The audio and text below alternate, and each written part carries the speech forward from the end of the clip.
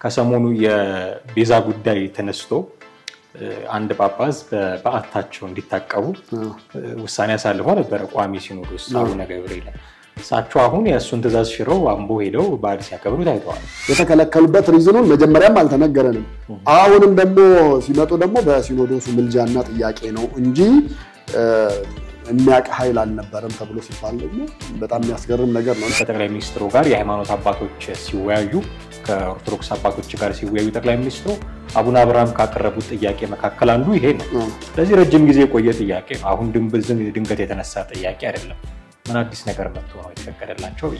ኦሮሚያው ሲኖዶስ ሊቋቋም ነው ተብሎ በጣም ነገሮች በተካረሩበት ወቅት እኮ አንዳንድ ሊቃነ ጳጳሳት ከቤታቸው እንዳይወጡ በደህንነት ኃይሎች ጫና እየተደረገብን ነው፣ ስልካችንም ተጠልፏል፣ ከማንም ጋር እንዳንገናኝ ሆነናል እያሉ በተለያየ ጊዜ የሚናገሩ ነገር ነበርና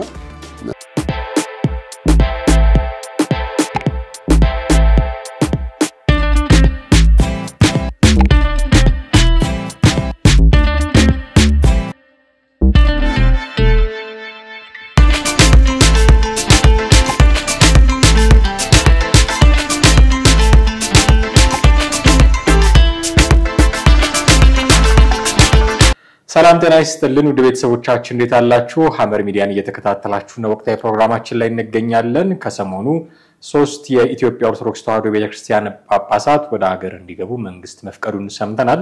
መንግስት መከልከል ይችላል ወይ? የተፈቀደላቸው በምን ምክንያት ነው የሚሉ ጉዳዮችን ያነሳሳን ቆይታ እናደርጋለን። እስከ ፕሮግራማችን ፍጻሜ ድረስ አብራችሁን ትቆዩ ዘንድ ጋብዘናችኋል። ቴድሮስ ካሳና ማደገፋ ከእናንተ ጋር ቆይታ እናደርጋለን። ከኛ ጋር ነው። ቴዲ እንዴት ነህ? እንዴት ነህ? ሰላም ነው? ሁሉ ሰላም አለን። እንግዲህ የጳጳሳቱ ጉዳይ ሰሞኑን በጣም መነጋገሪያ ሆኗል። የመንግስት ኮሚኒኬሽን ጉዳዮች ባለፈው መግለጫ ሰጥቷል።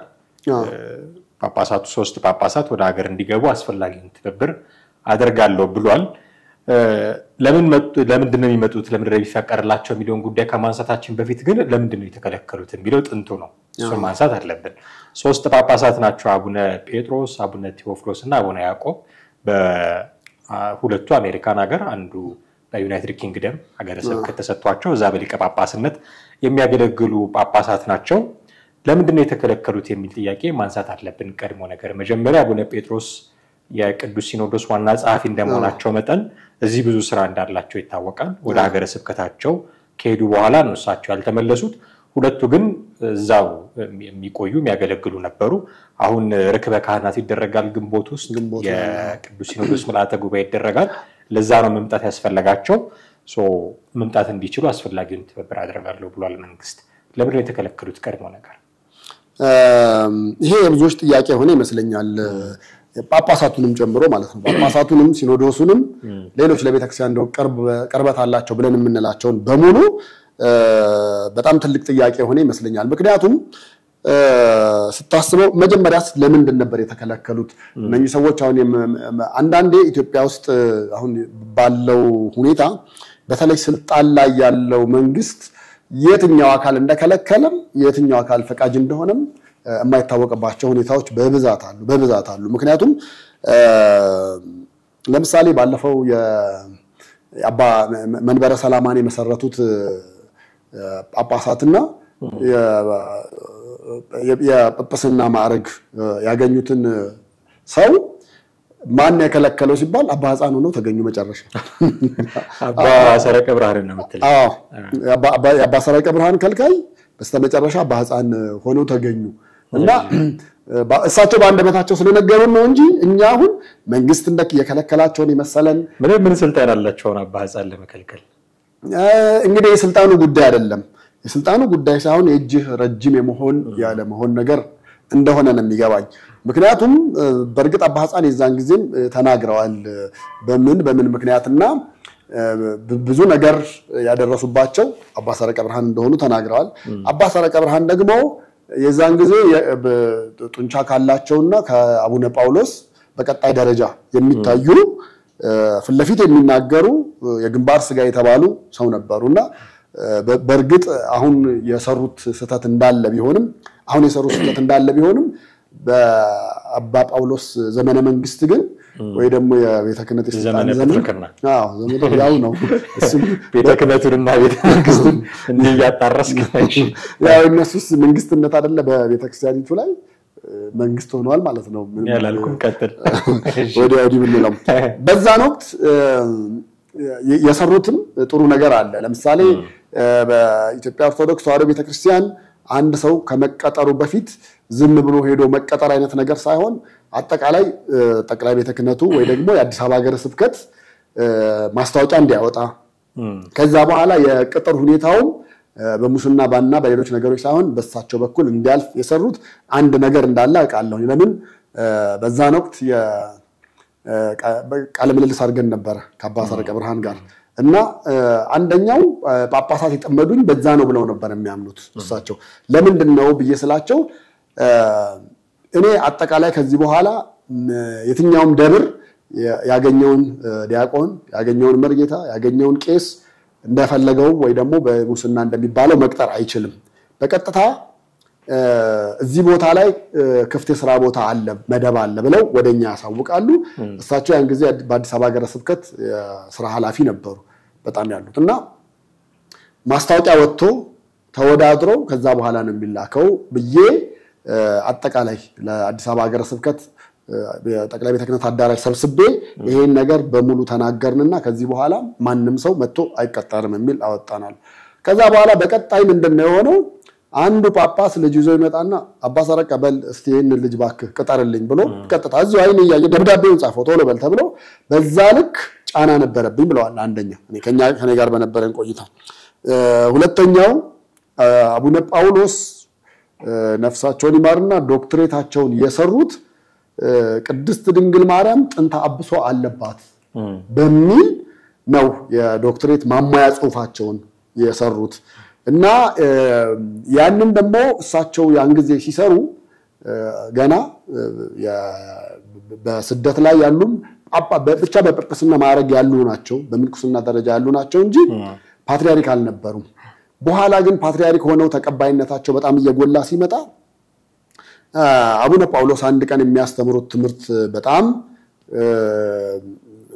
ጥሩ አይደለም ብዬ ስላመንኩኝ ስለ ድንግል ማርያም ያስተምሩ ነበርአሉና ያ ነገር እሳቸው ለዶክትሬት ማማያ የጻፉትን ጽሁፍ የታስቀምጠውት ነው እንደሚናገሩት ብለው ያንን ዶክመንት አወጡት እና እኛ እንደውም የዛን ጊዜ በነበሩት በጣም ተነባቢ በነበሩት መጽሔቶች ላይ አወጣ ነው እና ከአቡነ ጳውሎስ ጋርም ጸብ ውስጥ እስከ መግባት ደረጃ ደረሱ እና ይሄን ያነሳውት ያው ኦሬዲ እሳቸው የነበሩበትን አካሄድ በተወሰነ መንገድ ለማንሳት ነውና በሌላ በኩል አሁን ልክ እንደ አነሳ ነው እንግዲህ አባ ሐፃን አንድ መነኩሴ እንደሆኑ ነው የምናውቀው ጠቅላይ ቤተ ክህነት ውስጥ አሁን አቡነ ማቲያስ ዙሪያ ካሉትና እሳቸው በሚወጡ በሚገቡበት በሚቀመጡ በሚያርፉበት ቦታ ሁሉ አሉ ብለን የምንላቸው አባ ሐፃንን ነው በርግጥ ባንድ ወቅት መሳሪያም ይዘው ተገኝተዋል ተብሎ በሽጉጥም መነጋገሪያ ሆነው ነበር እሳቸውም አልካዱም ለደህንነቴ ስለምሰጋ ይዛለው ፈቃድ ያለኛል ግን ፈቃድ ያለው አንድ ሲሆን እርሶ ተጨማሪ 2-3 ኬታ መጡ ተብሎ ሌላ መነጋገሪያ ነገር ነበር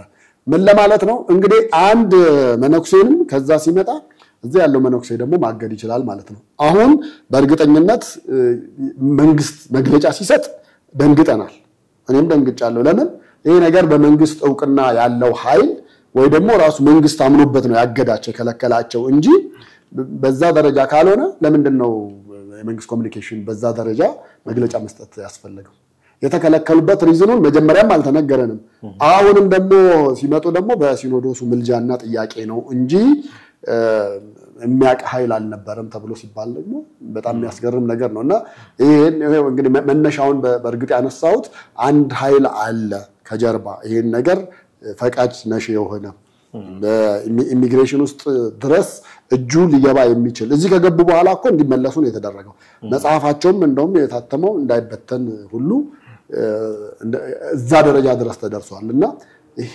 በመንግስት ዕውቅና ተሰጥቶት የሆነ ነው ማለት የምንችለው ከጀረጅም ሰው አለ ብለን ከመንል ይልቅ በመንግስት ደረጃ መግለጫ ስለተሰጠበት እንግዲህ አንድ እሱ ነው እማስበው ሁለተኛው መንግስት እንደዚህ አንዳንዴ ነገሮችን ያዝለቀቅ የሚያረጋቸው ነገሮች አሉ በፖለቲካ ጌም ውስጥ በፖለቲካ ጫዋታ ውስጥ ለምሳሌ ከሲኖዶሱ ጋር እልህ የተጋባበት ነገር ካለ እልህ የተጋባበት ነገር ካለ በሁለተኛ በሶስተኛ ደረጃ ደግሞ ልክ እንደ ፖለቲከኞቹ እንደነ ልደቱ አያሌው አውሮፓ ስትሄዱ እዛ ካለው ዳያስፖራና ተቃዋሚ ጋር አብራችሁ የምትጫወቱ ከሆነ እዚህ ስትመጡ ደግሞ ከኛ ጋር አብራችሁ ለመጫወት የምትፈልጉ ከሆነ በሁለት ካርታ መጫወት አትችሉም በአንድና በአንድ ነገር ነው መንግስት እኮ በዛው ልክ ከዳያስፖራው ጋር እኮ ሰላዮች አሉት እዚህ ቦታ ተቃዋሚዎች ሰልፍ ይወጣሉ ሲባል እኮ የራሱ ሰዎች አሉ እዚህ በቪዛ ለመውጣት ምን ለማለት በመንግስት ወጪ የሚንቀሳቀሱ እነዚህንም ጳጳሳት ይከታተል ስለነበረ እዛ ያለ እንቅስቃሴያቸው ወይ ደግሞ እዛ ያለው የሚያደርጉት በየሰነበቱ የሚያደርጉትን ነገር ለመንግስት ሪፖርት የሚያደርግ አካል አለ ከመንግስት ደላሎች ደግሞ የመንግስት ሰላዮች ብለን የምንላቸው እነዚህ አካላት ይመስሉኛል እኔ አሁን እዛ እነዚህ ሰዎች በውጭ ያላቸው እንቅስቃሴ ጥሩ ስላልሆነና ከጠላት ጋር እያበሩ ስለሆነ መግባት የለባቸውም የሚለው ነገር የመጣውና በመንግስት ደረጃ ብሎክ ተደርገው እስካሁን ድረስ እንዲቆዩ የተደረገው ለዛ ነው የሚል እምነት ነው ያለኝ አሁን ምን አዲስ ነገር መጣ ታዲያ ጳጳሳቱ እንዲገቡ ለመፍቀድ ምን አዲስ ነገር መጣ እንግዲህ እስካሁን በመከልከላቸው ምክንያት ያልተሳተፉባቸው ምልዓተ ጉባኤዎች አሉ ለምሳሌ እዚህ ዓመት ጥቅምት ላይ የተደረገውን አልተካፈሉ ለምንድን ነው አሁን አዲስ ነገር ምን መጥቶ ነው እንዲገቡ የተፈቀደላቸው በርግጥ የሲኖዶሱን መንግስት ጉዳዩን በወደ ሰፊነት ይየው የሚል ጥያቄን እንደዚህ የሚል ነገር አንብበናል መግለጫው ላይ ግን ይሄ ጥያቄ አሁን ዛሬ ድንገት የመጣ አይደለም ከረጅም ጊዜ ጀምሮ መንግስት እንደውም ከጠቅላይ ሚኒስትሩ ጋር የሃይማኖት አባቶች ሲወያዩ ከኦርቶዶክስ አባቶች ጋር ሲወያዩ ጠቅላይ ሚኒስትሩ አቡነ አብርሃም ካቀረቡት ጥያቄ መካከል አንዱ ይሄ ነው ስለዚህ ረጅም ጊዜ የቆየ ጥያቄ ነው አሁን ድንገት የተነሳ ጥያቄ አይደለም ምን አዲስ ነገር መጥቶ ነው የተፈቀደላቸው ብዬ እኔ እንደውም በቀጥታ ምን አግኝተው ተፈቀደላቸው ከሚለው ነገር በዘለለ የሆነ ጥሩ ነገር አለው ብለን ልናየው የምንችለው አቡነ ጴጥሮስ ከመንግስት ጋር እንደውም በጣም ወዳጅ እንደነበሩ ነው የምናውቀው በተለይ በትግራይ ጦርነት ፍለፊት ወጥተው የተጋፈጡና ፍለፊት ወጥተው ከመንግስት ጎን መሆናቸውን ካሳዩን ጳጳሳት መካከል እሳቸው ናቸው አሁን ድረስ እኮ በጣም አክራሪ ትግራዋይ ናቸው ብለህ የምትላቸው ወይ ደግሞ የተፈጠረው ጦርነት የጥቅም የምናምን ሳይሆን ጄኖሳይድ ነው ብለው የሚያምኑ የሚለው ኮቴሽን ውስጥ ይሁን እነዚህ አካላት በአቡነ ጴጥሮስ ላይ በጣም የተለያየ ስድቦችንም ዛቻዎችን ማስፈራሪያዎችን አንዴ ደርጎ ወታደር አንዴ ምን እያሉ በሶሻል ሚዲያ ላይ ይጽፉባቸው እንደነበረ በደንብ ይታወቃል ሁለተኛ ላይ በምን ምክንያት ጸብመጣ የዚህ የኦሮሚያው ሲኖዶስ በተልቋቋም ኢትዮጵያ ሁሉ የጫካው ጳጳሳት ተብለው በድብቅ በኩል ለሊት የተሾሙ ጳጳሳት በመጡበት ጊዜና ኢትዮጵያ ኦርቶዶክስ ተዋሕዶ ቤተክርስቲያን ከመንግስት ጋር ከፍተኛ ጸብ ውስጥና ውዝግብ ውስጥ በገባችበት መንግስት ነው ሆነ ብሎ አውቆ ይሄን ነገር ያደረገብኝ ብላ እስክትል ድረስ በነበረው ነገር ደግሞ መንግስትን በመቃወምና የተቋቋመውም ሲኖዶስ ተገቢነት የሌለው ነው በሚል ደግሞ ፍለፊት መምጣት ጀመሩ ያን ጊዜ በሚሰጠው በቤትኛውም ቀን ተደጋጋሚ ስንሄድ መግለጫ ሲሰጥ እሳቸው ነበር ተደጋጋሚ መግለጫ እሳቸው ነበር የሚሰጡትና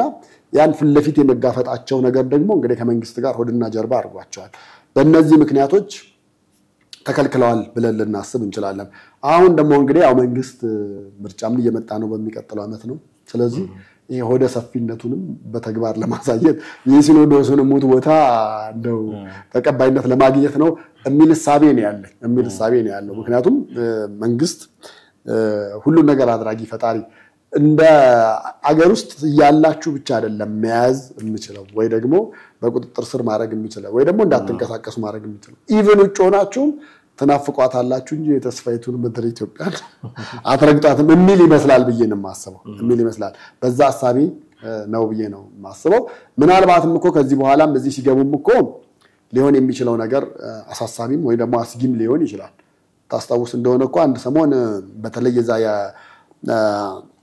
ኦሮሚያው ሲኖዶስ ሊቋቋም ነው ተብሎ በጣም ነገሮች በተካረሩበት ወቅት እኮ አንዳንድ ሊቃነ ጳጳሳት ከቤታቸው እንዳይወጡ በደህንነት ኃይሎች ጫና እየተደረገብን ነው ስልካችንም ተጠልፏል ከማንም ጋር እንዳንገናኝ ሆነናል እያሉ በተለያየ ጊዜ የሚናገሩት ነገር ነበርና ምናልባት መንግስትም እዛ ከሚቆጣጠር እዚህ አጠገቡ አድርጎ ቢቆጣጠራቸው ለሱም ጥሩ ነው ብዬ ነው የማስበው።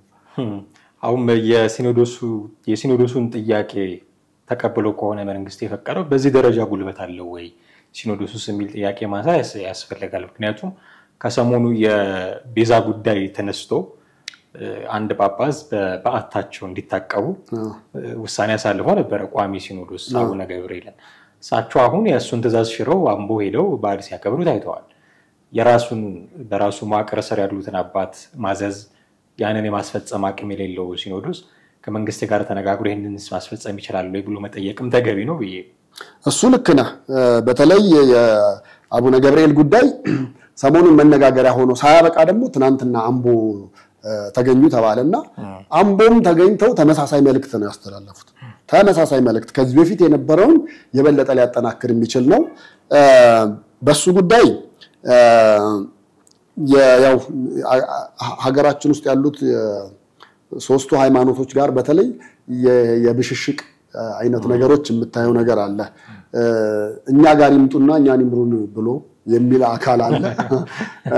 ኦርቶዶክስ ሆኖ ደግሞ እኚህ ሰውዬ እንደሚሉ ከሆነ ለምንድነው የነሱን የሌላውን ሃይማኖት አስተምህሮ እኛ ላይ መጫን የሚፈልጉ ከሆነ አስኬማውን አስቀምጠውት በቀጥታ ሄጃለሁ ባይ ባይ ቻው ቻው ብለው በአደባባይ በግልጽ የማይሄዱት ለምንድነው? እዚህ ሆነው እንደው ሌላ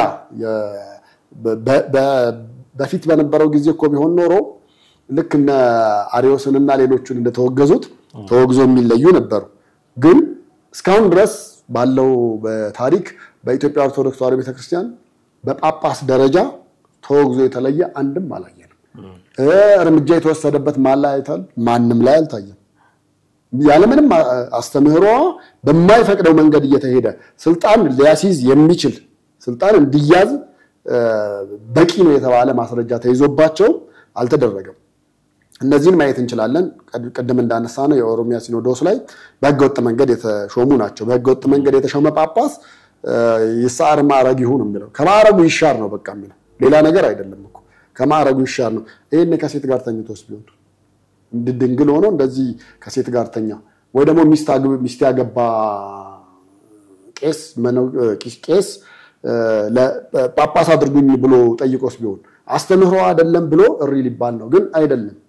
እንደውም በመጽሐፍ ቅዱስ ላይ የሚፈቅደው አንዳንድ ኤጲስቆጶሳት ያንዳንድ ሴት ባሎች ይሁኑ ይላል። ቤተሰቦቻቸውንም በመልካም ያስተዳድሩ። ቤተሰቦቻቸውን በመልካም ማስተዳደር ያልቻለ ቤተክርስቲያንን መምራት ማስተዳደር አይችልም የሚል ተጽፏል። ከዛ በኋላ ግን ምንድነው የሆነው? የኒቂያ ጉባኤ የተለያዩ ጉባኤዎች የተካሄዱ አሉ። በእነዛ ጉባኤዎች ሲወሰን ምንድነው አብሮ የተወሰነው? አይ ያገባ ጳጳስ ከሚሆን ያላገባ ቢሆን ይሻላል። ያገባ ለሚስቱ ለቤተሰቡ ነው የሚታዘዘው፣ አገልግሎቱን ሊበድል ይችላል። ስለዚህ ያላገቡ ደናግል የሆኑ መነኮሳት ጳጳስ ይሁኑ የሚለው አስተምህሮም የመጣው ከዛ ነው። ግን እዚህ ጋር ስናይ ስልጣን የሚያዝባቸው የማይረባ ነገር ውስጥ ወይ ደግሞ እንደው ይሄን ያህል ትልቅ ነው ብለህ የማትለው ነገር ውስጥ ያሉ በጣም ትልልቅ የሆኑትን አስተምህሮን የመቀየር ቤተክርስቲያኒቱ ከዛ በፊት አድርጋ ማታቀውን ወደፊትም አታረጋውም የተባለውን ነገር ደግሞ የሚደፍሩና ያን ነገር የሚያቆሙ ደግሞ ልክ እንደ አቡነ ገብርኤል ያሉት ደግሞ እንደልባቸው ሲንቀሳቀሱም ሲሰብኩም ምን ሲሉም ታያለህና ያ ነገር እንደውም የበለጠ ስልጣን የሚያስይዘው እኔ አንደኛ ያስተምሮ ሁለተኛ የኦሮሚያ ቤተ ክህነት ያቋቋሙት ላይ ከስልጣን ሙሉ ለሙሉ መሻር እንዳለባቸው ማዕረጋቸው መገፈፍ እንዳለበት ነው የሚናገረውና ሲኖዶሱ እንዳልከው ነው። ጥርስ የሌለው አንበሳ ነው። ጥርስ ያለው አንበሳ ቢሆን ቢያንስ በሁለት በሶስቱ ላይ እንኳን ያሳየናል። አሁን በእርግጠኝነት የምነግር ትግራይ አቡነ ሰላማ ብላ ሾማለች። አንደኛው የተሾሙት ሰው አሉ።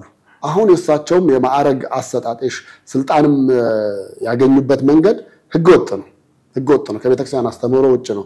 እሳቸው ግን እንደውም ምንድነው ያሉት ባንዱ ሲጠየቁ እንደውም እግዚአብሔር በእነሱ እንዲሾም ስላልፈቀደ ነው። ድምጽ ራሱ እንደሳቸው መሰለው። እና እንደዚህ ናቸው ነው የምልህ። እንደዚህ ሆኖ ሲኖዶሱ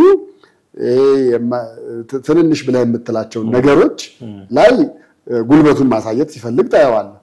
ትልልቅ በጣም የተባለ ስልጣን የሚያስይዝ ነው የቤተክርስቲያኒቱን አስተምህሮ የቀየረ ነው ምናምን የተባለው ላይ ደግሞ ጸጥ ብሎ ነው የምታየውና ሲኖዶሱ በዚህ በኩል አልሰራም እኔ ጳጳሳቶቹም ከዚህ በኋላ ለየትኛው እድሜ ነው ለየትኛው ህይወት ነው በቃ ሃይማኖታቸው ላይ መነኮሰ ሞተ የሚለውን ነገር ይዘው በጠንካራ ሆነው ይሄ ነገር እንዲመሆን አለበት ብለው የማይወስኑት ለምንድን ነው የጳጳሳት ስብስብ ነው ሲኖዶሱ እስከሆነ ድረስ ጳጳሳቱ በዚህ ጉዳይ ብዙዎቹ ላይ ቸልተኝነት ዳተኝነት በጣም ታይቷል ማስተካከል መቻል አለባቸው ብዬ አስባለሁ ይሄን ቪዲዮ የሚያዩም ካሉ እንደዚህ ጥርስ የሌለው አንበሳ ከሆነ ሲኖዶሱ ሰው ከመንግስት ጋር ተከራክሮ ጳጳሳቱን ወደ ሀገር ለማስገባት የሚያስችል ያን ያህል አቅም የለውም የሚል ምናልባት ድምዳሜ ላይ ልንደርስ እንችላለን ታዲያ መከልከል ማስገባት የመንግስት ስራው ነው ወይ ይችላል ወይ ዜጎችን ኢትዮጵያውያን የሆኑ አካላትን ወደ ኢትዮጵያ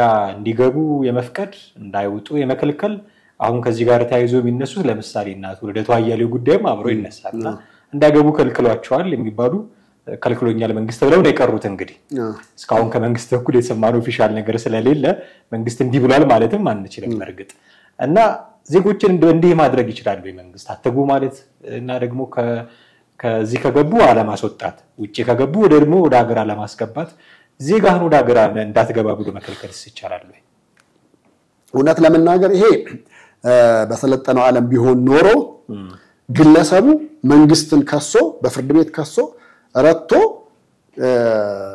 ካሳስ ከማግኘት ደረጃ ያሰጥ ነበር ለምሳሌ አንድ የአውሮፓ ሀገር ዜጋ አንድ ጣሊያናዊ ወደ ሀገሩ ተመልሶ እንዳይገባ ወይ ከሀገሩ እንዳይወጣ መከልከል አትችልም ኢቭን ወንጀል እንኳን ሰርቶ ቢሆን ፍርድ ቤት ሊጠይቀው ይገባል እንጂ መንግስት ጣልቃ ሊገባ አይገባም እኛ ጋር ግን ያያየን ያለ ነው የፍርድ ቤቱን ስራ የሚሰራው ፀሐዩ መንግስት ነው መከልከልም ማውጣትም መግባትም ሁሉም ነገር በእጁ ይዞ ነው የምታየው ይሄ አካሄድ አገሪቱ ዲሞክራሲ እንደማታውቅ አይነት ነገር ነው ወይ ደግሞ ገና የዲሞክራሲ ሁሉም የሚመጣው መሪ ምን ይላል ገና የዲሞክራሲ ልምምድ ላይ ነን ይሏል እስከመቼ ነው ልምምድ እስከመቼ ነው ትሬኒንግ አትገባም እንደ ወደ ኳስ ጨዋታ ወደ ፍጻሜው አትገባም እንደ ሁሉ እየተለማመድ እንደውም እኮ ካሉት አፍሪካ ሀገራት የተሻለንን ብለን እንመናለን ቀኝ አልተገዛንም ቀድመኔ ስለጠነን እና አክሱም ስልጣኔ እነምናምን እንደገና በኦሮሚያም በኦሮሞ ማህበረሰብ ራሱ ብታይ ያባገዳው ስርዓት ዲሞክራሲ ስርዓት ነው ቀድመን ዲሞክራሲ ኤክሰርሳይዝ አድርገናል ነው የሚባለው ደቡብም ብትሄድ ነጦና ሌሎችም ጋር ጋሞም እንደዛ ነው የሚነግሩ ግን ተግባር ላይ ስታየው ደግሞ የለም ያ ነገር እና በመንግስት በኩል አና ጣልቃ ገብነቱ መፍቀድ መከልከልም መቻል የለበትም በያስባለሁ በእርግጥ ብዙ ነገሮች ኤክሰርሳይዝ ስላደረግን ነው መብራት ያጠፋባል መብራት ማጥፋት መብት የለውም ለምን ከፍላል ውሃ ያጠፋባል ለምን ከፍላል እስከ ከፈልክ ድረስ መብት ነው መንግስት ነው ደግሞ ያንን ተቋም አውቶሪቲ መክሰስ ትችላለህ ከሰህ ካሳ ማግኘት ትችላለህ ነገር ግን ልክ መብራት ይጠፋና ወይኔ ይጠፋ ብለን ሲመጣ ደግሞ ብለና ጨበጭባለን እንዴ መጀመሪያ መጥፋት አልነበረበትም እኮ በዛ ልክ በዛ ረገድ ለምንድነው ማንሄደው ነው ምለህና መንግስትም የማይገባ ተራ የሆነ ቁማር ጫወታ ውስጥ ከግለሰብ ጋር ለማያዝ ምን ማለት ነው ነው አንዳንዴ ጋዜጠኞችን አስተረስ ይባል ፖለቲከኞችን አስተረስ ይባል ምንድነው ያደረገ ያለው ብለህ ትላለህ ስዩም ተሾመ በየቀኑ ዩቲዩብ ላይ የመጣ ያወራ ነገር ግን ፌደራል ፖሊስ እሱን ላገኘው አልቻልኩኝም ፍርድ ቤት ላቀርብ አልቻልኩም ብሎ ሲል መንግስት ምንድነው የሚሰራው ከግለሰብ ጋር እዛ ከሚሳደብ ይሄኛውን ህግ ማስከበሩን ነገር ቢያደርግ መልካም አልነበረም በጣም ብዙ እኮ መንግስት መግባት የሌለበት ውስጥ ገብቶ ታገኘዋለህ እዚህ ውስጥ ደግሞ ለምንድነው መንግስት ያልገባው መንግስት እኮ እዚህ ውስጥ እጁ ቢገባ ጥሩ ነው ብለህ የምትለው ጋር ደግሞ የለም ከዳር ሆኖ ተመልካች ሆኖ ነው የምታየውና እንደዚህ ነገሮች ከመንግስታችን ጋር የሚጣረሱና መሆን የሌለባቸው የሆኑ መሆን ያለባቸው ደግሞ ያልሆኑ እያየን ስለሆነ መንግስት በዚህ መንገድ ቢያስተካክለው ከአንድ ግለሰብ ጋርም ያን ያህል መሯሯጥ መውጣት መግባት ፋይዳ አለው ብዬ አላስብም ራሱን እንደ መንግስት ማሰብ አለበት እንደ መንግስት እንጂ እንደ ግለሰብ እኔ ስልጣን ከተሰጠኝ ራሴን እንደ መንግስት አስባለሁ እንጂ እንደ ግለሰብ አስቤ ነው እንደ አባሮሽ የሚጫወተው ከሌ ቤት በኩል ሊገባ ሲል ነው ከሌ ቤት በኩል ከሌ ግባ ከሌ አይውጣ ይሄ አሳባለ መንግስት ነው ወደፊት ስጡልኝና ስልጣኑ ከዛ ላሳያችሁ ከዚህ ጉዳይ ላይ ወጣት አንድ ተጨማሪ ነገር ብቻ እናንሳ የአቡነ ሉቃስ ጉዳይ ከሶስቱ ጳጳሳት በተለየ መልኩ ነው እየታያለው ብዬ እንዳስብ ያደረገኝ የሳቸው ስም አልተጠቀሰም ሶስት ጳጳሳት ይገባሉ አቡነ ሉቃስ ግን ስማቸው አልተጠቀሰምና ሲኖዶሱ በሆደ ሰፊነት መንግስት ያሉ የሶስቱም ብቻ ነው ወይስ መንግስት የአራቱም ቀርቦለት አይኛው አይገቡም? እርግጥ የሳቸው የተናገሩበት ቶኔሽን የተናገሩበት ንግግር በጣም የሳቸው አሁን ለምን እንደተከለከሉ ግልጽ ነው። ንግግራቸው ምንም ስላለ ሁሉም ሰው የሰማው ስለሆነ ግልጽ ነው። መቼም ተከሰውም ነበረ በሌሉበት እዚህ የክስ ሂደት ላይ እንደነበረም እናስታውሳለን። ታዲያ እሳቸው ሳይገቡዝ ሌሎች ሶስቱ ገብተው የመንግስት ወደ ሰፊነት በመልአት ተገልጿል ማለት እንችላለን? አልተገለጸም። በፐርሰንትም ስናየው 70% 80% ወደ ሰፊነቱን አይተናል ነው የምንለው እንጂ ሙሉ ለሙሉ አይደለም። እሳቸው የተናገሩት አለ። መንግስት አሁን እሳቸው ከተናገሩት አንፃር እኮ ጉዳዩን ህግ ይዞታል አይደል? ህግ ከያዘው ለምሳሌ አባት እኮ እንትን ማለት መብት አላቸው። ተከስሻለሁ፣ ስለዚህ በሌለውበት እንዲወሰን አልፈልግምና ፍርድ ቤት ሄጄ መቆም ፈልጋለሁ ማለት ይችላል አይደል? በቃ ሄጄ ተሟግቼ ፍርድ ቤቱን መንግስትን እረታለሁ ማለት ይችላሉ። እረታለሁ ፍርድ ቤት መቆም እፈልጋለሁ ሲሉ አይቻልም በሌሉበት ነው ጉዳዩ የሚታየው መባል አለበት የለበት። በቃ አሁን ያየን ያለነው ስህተትና የህግ መጣረስ እነዛን ነገሮች ነው እና መብታቸው ነው መተው መከራከር። አገራቸው ነው ደግሞ የአገራቸውን ፓስፖርት እስከያዙ ድረስ አገራቸውም የመግባት መብት አላቸው። የመቆም የመከራከር ከመንግስትን ወይ መርታት ወይ መረታት እስርም ከሆነ በጸጋ አቀበላለሁ ብለው ከመጡሳ ምንድነው? ወይስ እንደው እንደ ሌሎች ፖለቲከኞች እንደ ሌሎች ጋዜጠኞች የሳቸውን ውሳኔን በኢትዮጵያ ቴሌቪዥን ወይ ደግሞ በፋና እንዲያሉት እንዲተወስኑባቸዋል እና ያያችሁ ጠቁሙኝ በቁጥጥር ስር ብለው በህግ ጥላ ስር ሆነው ቅጣታቸውን እንዲቀበሉ ብለህ በዜና ላይ ነው የምንጠብቀው? ምን ላይ ነው? ስለዚህ ይሄ ትክክለኝነት የጎደለው ነው ብዬ ነው የማምነው። በጣም ጥሩ። እንግዲህ ከጳጳሳቱ ጋርና ከሲኖዶስ እንዲሁም ከመንግስት ውሳኔ ጋር ተያይዞ ሊነሱ የሚገባቸውን ጉዳዮች ከሞላ ጎደል አንስተናል ብዬ ገምታለሁ። የረክበ ካህናት ደግሞ በላተ ጉባኤ ቅዱስ ሲኖዶስ ከተደረገ በኋላ ምናልባት የሚሰሙ ነገሮች ካሉ የሚወሰኑ አዳዲስ ውሳኔዎች ካሉ የአቡነ ሉቃስም ጉዳይ አሁን እዚህ ያሉት የአቡነ ገብርኤልም ጉዳይ እንዲሁ አነጋጋሪ ነው። ምናልባት የሚሰሙ አዳዲስ ውሳኔዎች ካሉ እነሱን ደግሞ አይተን በሌላ ጊዜ እንመለስበታለን። ለዛሬው እጅግ አድርጌ አመሰግናለሁ። ውድ ተመልካቾቻችን እናንተም ከኛ ጋር ነበራችሁ ቆይታ እጅግ አድርገን እናመሰግናለን። በሚቀጥለው ጊዜ በሌላ ርዕሰ ጉዳይ ደግሞ እንዲሁ እንጠብቃችኋለን። ጤና ይስጥልን።